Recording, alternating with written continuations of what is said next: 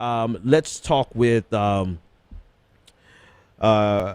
Rothenberg. He is actually just let me just bring him on, man. I'm gonna do his long introduction, but he has been working here with us, the Progressive Army, with different shows and just giving us a lot of different advice. And he came to me about the protests that are going to happen in Philly. There are a lot of protests that are outlined in Philly. And the truth of the matter is, I don't think a lot of people understand it, because I don't understand all of my rights and all of the things that I can assert. So first of all, Michael, thank you so much for coming on. Tell us a little bit about yourself and what tell us a little bit about what you want to achieve with this crash course.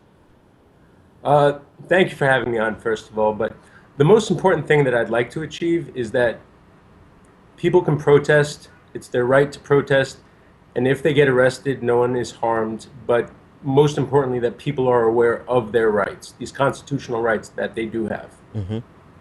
Yeah, no, absolutely, and we definitely appreciate it, because I think it's something people need to know. We're all headed down to Philly. I'm headed down on Saturday, and I know a lot of people are going on Saturday and Sunday. So there's going to be a lot of protests.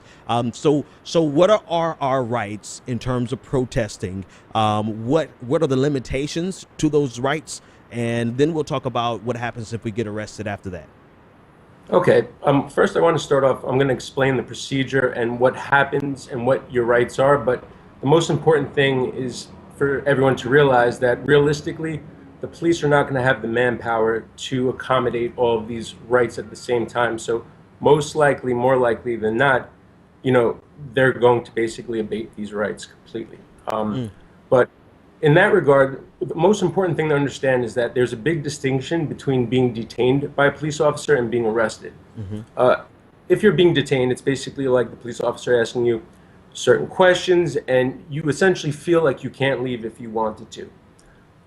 At that point in time, you have the right to ask of the police officer whether or not you are free to leave. Mm-hmm. If he says that you're not free to leave, at that point, you have to assume that most likely you're going to be under arrest. Mm-hmm. Now, everyone watches TV and they see the police officer do the Miranda rights. That only comes into play in certain circumstances. So if they're not going to take a statement from you, they don't really have to read you your rights at that point if essentially you're not being arrested completely.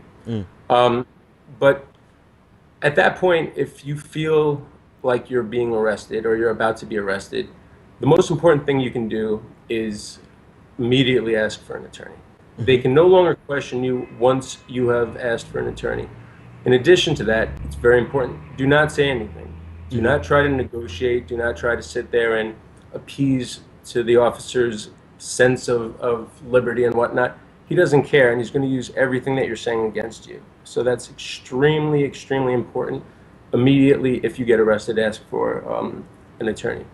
Before that, though, if, let's say, you're being detained by the police officer, there's a good chance that he's going to ask you if he can pat you down.